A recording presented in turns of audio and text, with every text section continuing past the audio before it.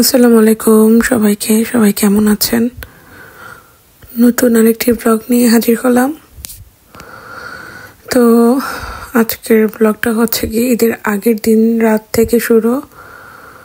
রাতে হচ্ছে গিয়ে তুরপিনা তারা থেকে মিষ্টি নিয়ে আসলো।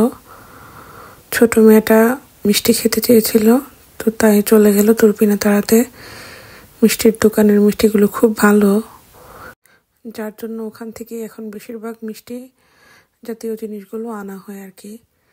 তো এখানে হচ্ছে গিয়ে কালো মিষ্টি, তারপর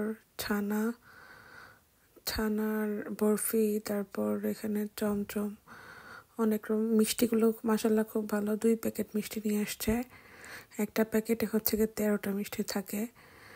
তো মিষ্টির যেরকম দেখতে, খেতেও মাশাআল্লাহ ঠিক ওই রকম স্বাদ। একদম বাংলাদেশের মিষ্টিও ফিল করানো মিষ্টিগুলো। যে হাতের কারিগর বানিয়েছেন তাকে অনেক অনেক ধন্যবাদ, কারণ এই মিষ্টিগুলো খেয়ে সবাই খুব প্রশংসা করে। বাচ্চারা তো এই মিষ্টির জন্য খুব পাগল, আর বিশেষ করে আমি তো একসাথে 3-4টা খেতে পারি মিষ্টি। আর এটা ছিল হচ্ছে কি ঈদের দিন যেহেতু আমাদের কোরবানির হয়েছে ইটালিতে, যেহেতু ঈদের দিন কোরবানি দিতে পারেনি, সিরিয়াল পরের দিন ছিল, যার জন্য হচ্ছে কি পরের দিন কোরবানি দেওয়া হলো। আর কোরবানি ঈদের মধ্যে হচ্ছে গিয়ে কি একটা অবস্থা হলো আপনাদের সাথে শেয়ার করি। সকালবেলা অ্যাপয়েন্টমেন্ট ছিল। তারপর হচ্ছে গিয়ে সকালবেলা আমাদের বাসায় পানি ছিল না বলতে মেইন রোডের রাস্তার মধ্যে নাকি পানির পাইপ নাকি ব্রাস্ট হয়ে গিয়েছে। তো সেই পানি সকাল 6টার সময় পানি চলে গিয়েছে, আর হচ্ছে গিয়ে বিকেল 4:30টায় সেই পানি এসেছে। তো আমি আবার আমার যেহেতু অ্যাপয়েন্টমেন্ট ছিল, আমি ওই ঈদের দিন বের হলাম।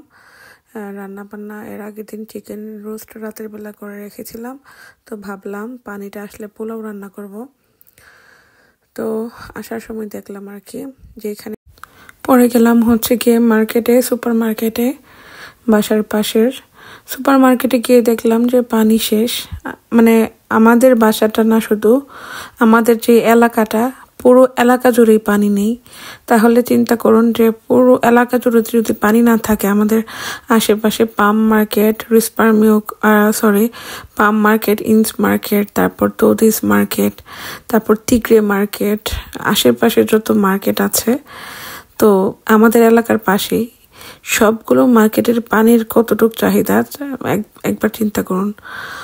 তো যাই হোক, মার্কেট থেকে আসার সময় 6টা বড় বোতল, 1 লিটার 1.5 লিটারের পানির বোতলগুলো নিয়ে আসলাম 6টা হাতে করে। তাও কি বলবো, পানিটা গ্যাস পানি, ন্যাচারালে পানি নিয়ে আসার কথা, সেই জায়গায় আমি গ্যাস পানি যেটা ওইটা নিয়ে আসছি ভুলে। এটার মধ্যে ন্যাচারালেও লেখা ছিল, তারপর এটা ফ্রিসান্তেও ছিল লেখা, তো ন্যাচারালেই দেখলাম আর কি। যাই হোক, তো ওই পানি দিয়ে আমি পোলাও রান্না করেছি, কি আর করার, খেতে যেহেতু হবে ঈদের দিন। তো ভেবেছিলাম যে পানি তো মূলত হচ্ছে কি 1.5 ঘন্টা পরই পানির সমস্যা হলে চলে আসে। যদি বিল্ডিং এতে এরকম হয়, এরকম হয়নি 12-13 বছর লাইফে, এরকম হয়নি সারাদিন পানি না থাকা। তো এটা শুধু ওই দিনই ফেস করতে পেরেছি ঈদের দিন। যাই হোক, এটা আমাদের কপালে, তো কোনো কিছু করার নেই। এই তো মন ভালো করার জন্য সবসময় আমি সাগরের পাড় চলে যাই। আর আজকের যে ব্লগটা যদি ভালো লাগে থাকে, অবশ্যই লাইক কমেন্ট শেয়ার করতে ভুলবেন না। আল্লাহ হাফেজ।